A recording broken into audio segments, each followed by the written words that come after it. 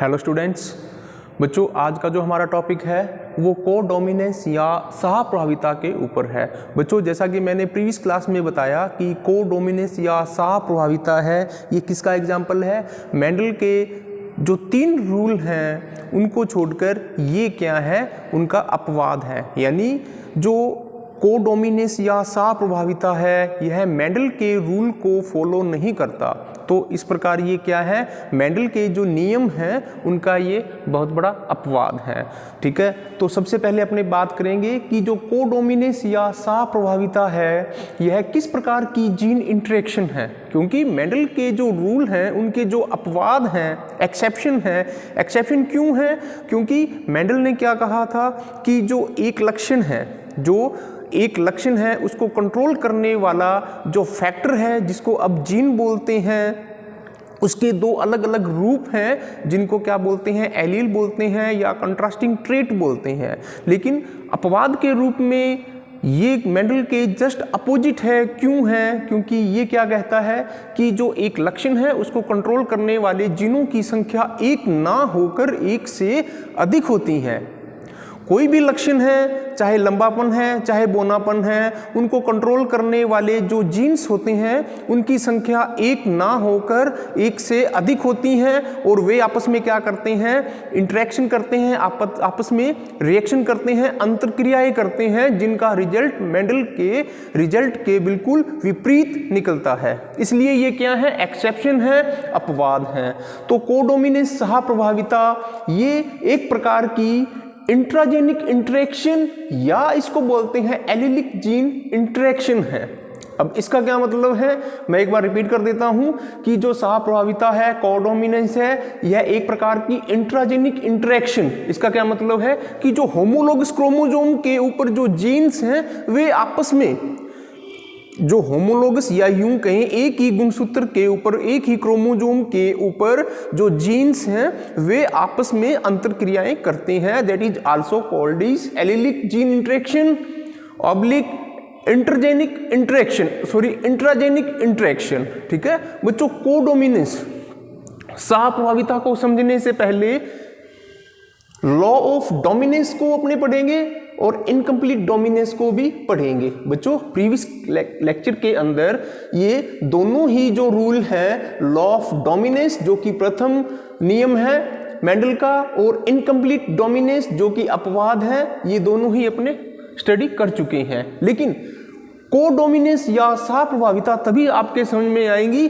जब आपको law of dominance clear हो, इनकम्प्लीट डोमिनेंस क्लियर हो। ठीक है, ये दोनों क्लियर हो तो कोडोमिनेंस इजीली आपको समझ में आ जाएगी। बच्चों मेंडल का जो प्रथम नियम है लॉ ऑफ डोमिनेंस, जिसको प्रभाविता का नियम बोलते हैं। बच्चों यहां पर देखो ये क्या है, प्रभाविता का नियम, इनकम्प्लीट डोमिनेंस को बोलते हैं आपूर्ण प्रभाविता का नियम, और ये क्या है, सहप्रभाविता। बच्चों ये प्रभाविता यानी डोमिनेंस के 3 अलग अलग रूप हैं। अगर अपने इसको सिंपल इसको देखा जाए तो जो प्रभाविता है, जो डोमिनेंस है, उसके 3 अलग अलग रूप हैं, law of dominance, incomplete dominance और कोडोमिनेंस। ठीक है, और तीनों एक दूसरे से अलग अलग कैसे हैं? अपने लॉ ऑफ डोमिनेंस प्रभाविता के नियम में मेंडल ने क्या कहा था कि होमोजाइगस टॉल और होमोजाइगस ड्वार्फ प्लांट के बीच अगर संकरण करवाया जाए, अगर क्रॉस करवाया जाए, तो प्रथम पीढ़ी के अंदर सभी जो पौधे हैं वे कैसे प्राप्त होते हैं, लंबे पौधे प्राप्त होते हैं। लंबे क्यों होते हैं? क्योंकि यहाँ पर जो लंबाई का जो कैरेक्टर है वो कैसा है, डोमिनेंस है। किसके ऊपर? ड्वार्फ के ऊपर।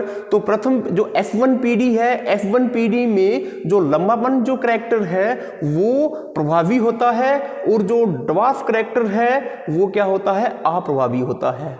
ये बच्चों यहाँ पर देखो, होते तो दोनों ही जीन हैं, दोनों ही एलील है, लेकिन जो कैपिटल टी है, जो एलील है वो स्मॉल टी के ऊपर क्या है, प्रभावी है। ये इसके कैरेक्टर, इसकी अभिव्यक्ति को दबा देता है, और जो कैरेक्टर, जो लक्षण F1 पीढ़ी में खुद को अभिव्यक्त कर सकता है, इसलिए इसको बोलते हैं लॉ ऑफ डोमिनेंस, प्रभाविता का नियम। ठीक है, नंबर 2 इनकम्प्लीट डोमिनेंस, जो कि मेंडल के रूल के बिल्कुल अपोजिट है, इसका अपवाद है। इसमें अगर आप देखो कि जो होमोजाइगस जो रेड फ्लावर है, होमोजाइगस व्हाइट फ्लावर के साथ इसका अगर क्रॉस किया जाए तो जो प्रथम पीढ़ी है उसमें ना तो रेड कलर होगा ना ही उसमें व्हाइट कलर होगा। बच्चों F1 पीढ़ी के अंदर मेंडल के रूल के हिसाब से रेड फ्लावर होने चाहिए थे, लेकिन यह मेंडल का अपवाद है, मेंडल के नियम को फॉलो नहीं करता।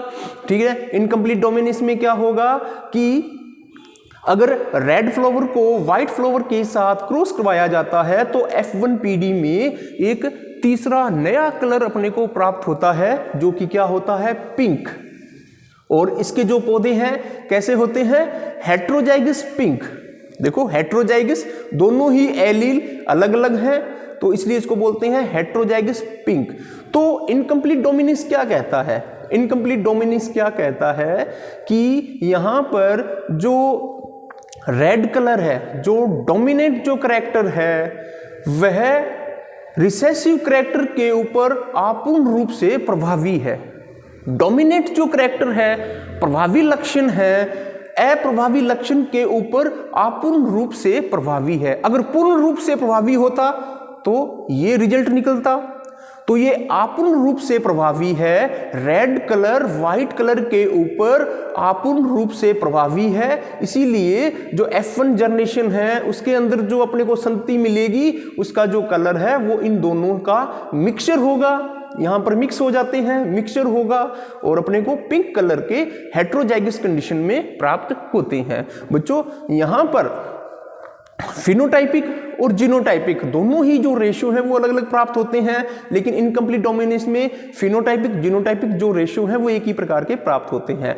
अब अपने बात करते हैं जो मेन टॉपिक है कोडोमिनेंस। कोडोमिनेंस में क्या होगा कि यहां पर जो अपने एनिमल्स के बारे में बात करते हैं, अगर रेड कलर का जो एनिमल है जिसको कैपिटल RR से शो किया है, व्हाइट कलर का जो करैक्टर है उसको स्मॉल rr से रिप्रेजेंट किया है। बच्चों जब रेड कलर का व्हाइट कलर के साथ क्रॉस करवाया जाएगा उससे पहले अपने क्या करते हैं, इसके गैमीट्स बनाते हैं। ठीक है, क्योंकि कंडीशन कैसी है, होमोजाइगस है, कंडीशन कैसी है, होमोजाइगस है, तो यहाँ एक ही प्रकार के गैमीट्स प्राप्त होंगे।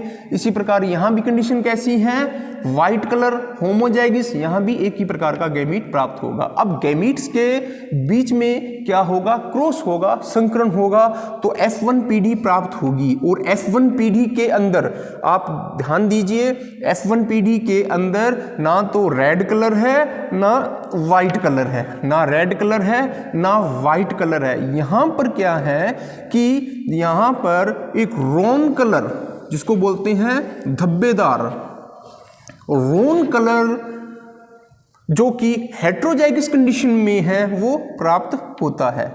बच्चों कहने का मतलब क्या है कि प्रभावी व अप्रभावी दोनों ही एलील स्वतंत्र रूप से अपना अपना जो प्रभाव है वो दिखाते हैं। इसमें प्रभावी कौन सा है, रेड कलर जिसको कैपिटल RR से शो किया है, ये क्या है, डोमिनेंट है। और जो व्हाइट कलर है वो कैसा है, रिसेसिव है, अप्रभावी है। तो बच्चों यहां पर प्रभावी और अप्रभावी, डोमिनेंट एंड रिसेसिव दोनों ही जो लक्षण हैं अपना स्वतंत्र रूप से अलग अलग जो प्रभाव है वो दिखाते हैं, अलग अलग प्रभाव दिखाते हैं। तो जब दोनों अलग अलग प्रभाव दिखाई देंगे तो एक रोन कलर यहाँ पर अपने को दिखाई देगा। F1 पीढ़ी में जो संतति है वो किस कलर की होगी, रोन का मतलब है धब्बेदार। यहाँ पर जो मवेशी अपने को प्राप्त होंगे वे धब्बेदार होंगे। ठीक है, उसमें कुछ धब्बे रेड होंगे और कुछ धब्बे व्हाइट होंगे, तो अपने को रोन कलर दिखाई देगा। ठीक है, अब बच्चों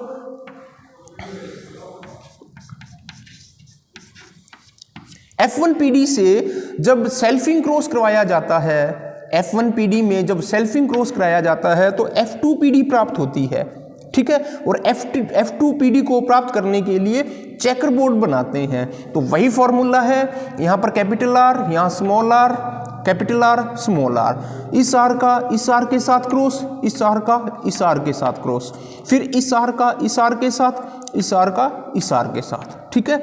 तो चेकर बोर्ड में यहां पर देखो, यहां पर आप देखो आर आर किसको रिप्रेजेंट कर रहा है, रेड कलर को, कैपिटल आर स्मॉल आर ये किसको रिप्रेजेंट कर रहा है, ब्राउन कलर को। ये देखो जो कि हेट्रोजाइगस कंडीशन है, ये कंडीशन कैसी है, होमोजाइगस, दोनों ही एलील एक जैसी हैं, दोनों ही एलील अलग अलग हैं। ये है हेट्रोजाइगस कंडीशन, ये है होमोजाइगस कंडीशन। इसी प्रकार ये capital R small R brown colour को रिप्रेजेंट कर रहे हैं, इसी प्रकार स्मॉल आर व्हाइट कलर को प्रदर्शित कर रहे हैं, ठीक है। तो यहां पर देखो अगर फिनोटाइप और जीनोटाइप को देखा जाए तो एक ही प्रकार का जो रेशो है, दोनों सेम रेशो, एक ही प्रकार का रेशो प्राप्त होता है। यहां पर रेड कलर की संख्या कितनी है, 1, ब्राउन कलर की संख्या कितनी है, 1 और 2, और व्हाइट कलर की संख्या कितनी है, 1। तो इस प्रकार फिनोटाइप और जीनोटाइप का जो रेशो है वो अपने को 1:2:1 में, यानी दोनों फिनोटाइप और जीनोटाइप दोनों एक ही रेशो प्राप्त होता है, ठीक है। यहां पर आप एक बार मैं रिपीट कर देता हूं कि सहप्रभाविता कोडोमिनेंस का मतलब है कि डोमिनेंट एंड रिसेसिव दोनों ही जो लक्षण हैं अपना समान रूप से प्रभाव दिखाते हैं। F1 जो पीडी प्राप्त होगी उसमें दोनों के ही जो लक्षण हैं वो पृथक पृथक समान रूप से इनकी अहम भूमिका होती है। तो प्रभावी व अप्रभावी दोनों ही एलील स्वतंत्र रूप से अपना प्रभाव दिखाते हैं। और सेकंड लाइन क्या कह रही है, लक्षणों की अभिव्यक्ति मिश्रित न होकर दोनों की पृथक पृथक होती है। यहां पर देखो लक्षणों की अभिव्यक्ति, लॉ ऑफ डोमिनेशन में लक्षणों की अभिव्यक्ति क्या होती है, जो डोमिनेट होती है वह रिसेसिव कैरेक्टर को दबा देती है, ठीक है। और इनकम्प्लीट डोमिनेंस में क्या है कि जो डोमिनेट जो लक्षण है रिसेसिव लक्षण को अपूर्ण रूप से दबाता है, अपूर्ण रूप से दबाता है। इसका पूरा कंट्रोल नहीं है, 50% रोल है। लेकिन कोडोमिनेंस में जो F1 पीडी जो प्राप्त होती है, इस F1 पीडी को बनाने में दोनों का 50-50% रोल है। इसमें दोनों ही कैरेक्टर हैं, यानी रेड और व्हाइट दोनों मिलकर क्या बनाते हैं, ब्राउन कलर पैदा करते हैं। तो बच्चों ये था कोडोमिनेंस या सहप्रभाविता के बारे में।